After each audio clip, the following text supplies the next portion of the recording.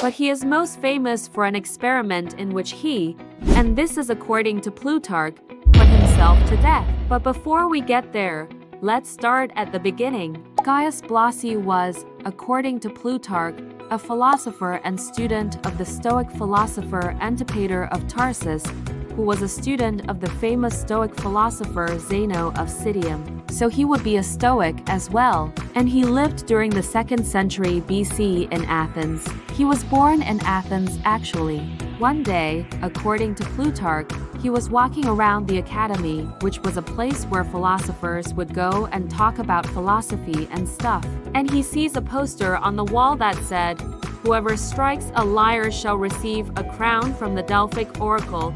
Now, the Oracle of Delphi was the most famous and most important oracle in the ancient Greek world, probably in the entire Mediterranean. It was located at the sanctuary of Apollo in the city of Delphi, high up in the mountains, and people would go there to ask the god Apollo, through the oracle, questions about the future, or they would go there to ask the god Apollo to confirm something that they already knew, like when the Oracle of Delphi was asked whether or not the god Zeus had slept with the Theban princess Semele, and she was then punished by being struck by lightning because she wanted to see what Zeus looked like when he came to visit her.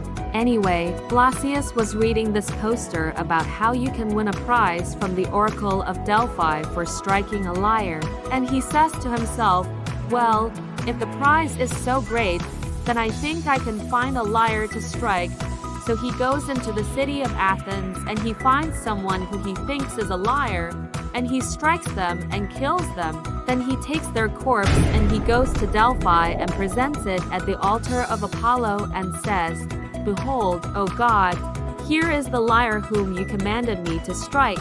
Then the priestess of Apollo comes over and looks at the corpse and says, "What have you done? This man was not a liar. In fact, he was a benefactor of the city of Athens." And Blossius was like, "Well, he was a liar, or I wouldn't have killed him." And the priestess was like, "No, you idiot. The liar was the one who said that you killed this man." And that's how Blossius won his prize. He got a wreath of gold.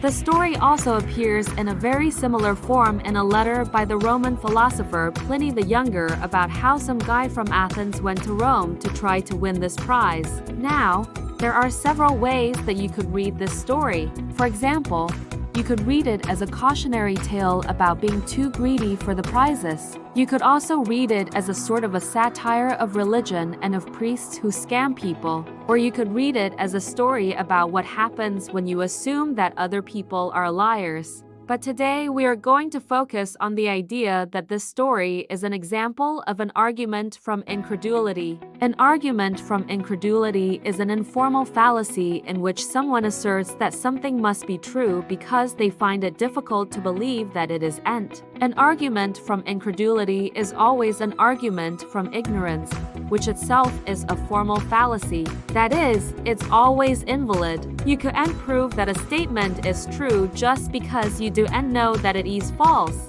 And you can't prove that a statement is false just because you don't know that it is true. For example, when someone says, "You can't prove that there's no such thing as a teapot orbiting the Earth," they are committing an argument from incredulity. They are saying that the lack of evidence for the claim means that the claim must be true. And this is fallacious. We only have evidence for what we've actually looked for. Just because we haven't disproven something doesn't mean that we've proven it. In this case, Blossius is looking for a liar to kill and he thinks that this guy is a liar, but it turns out that the liar was actually the person who claimed that Blossius killed this guy.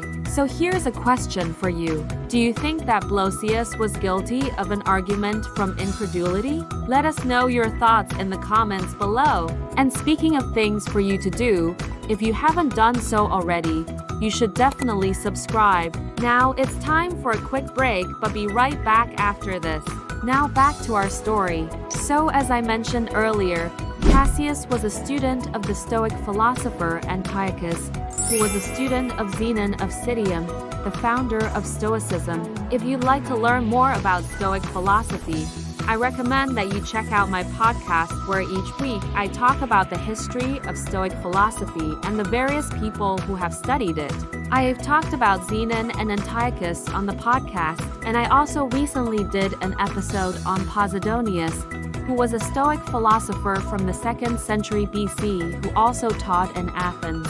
You can listen to the podcast on various platforms, or you can watch the video version on a video platform. According to Diogenes Laertius, Blossius tried to apply the teachings of Stoicism to his own life so rigorously that he killed himself, and he did this by putting himself in a furnace. He built this furnace, according to Diogenes, because he wanted to test his own fortitude. According to another source, he had a fever and he thought that the fever would go away if he put himself in a hot bath. But then the fever didn't go away, and instead he started to feel worse and worse until eventually he died. Either way, the details aren't really important. What is important is that he decided to put himself to death because he felt that he had to.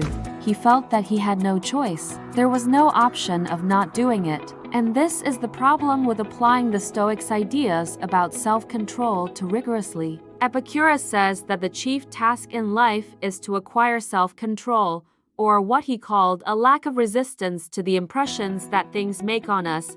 But Epictetus also says that the wise man does nothing that he doesn't choose to do, which is another way of saying that the wise man has no obligations to do anything. He can choose to do it, but he's never forced to do it. We have to remember that the Stoics were slaves in ancient Greece. They were second-class citizens, and in the Roman Empire, they were frequently banned and persecuted. So it makes sense that these philosophers would want to have as much control over themselves as possible. That way, they could never be forced to do anything. They could never be enslaved. But we don't live in the same situation as the ancient Stoics did. We don't need to have complete self-control so that we can resist slavery. So why should we care about what these philosophers had to say about self-control? Why should we practice self-discipline? I think the answer is that while we may not be able to control everything that happens to us, we can control how we respond to things. We can choose how we think about things, and our thoughts determine how we behave.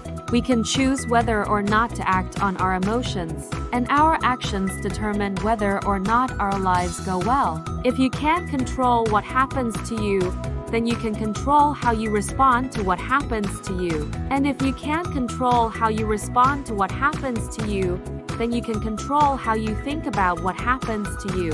And if you can't control how you think about what happens to you, well, then I guess you can control how you choose to die. That's all for this video.